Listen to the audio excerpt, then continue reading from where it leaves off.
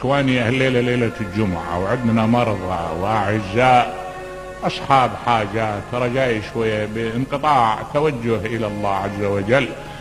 اللهم إنا نسألك بجلال وجهك وبرحمتك التي وسعت كل شيء وبكلماتك التامات، من على مرضانا بالعافية والشفاء يا الله.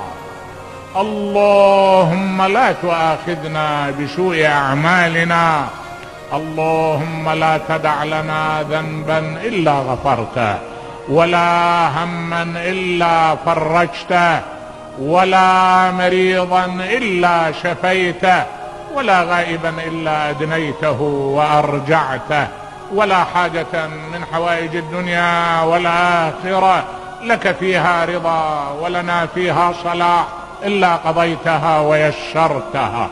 اللهم اجعلنا ممن يأخذ بحجة آل محمد.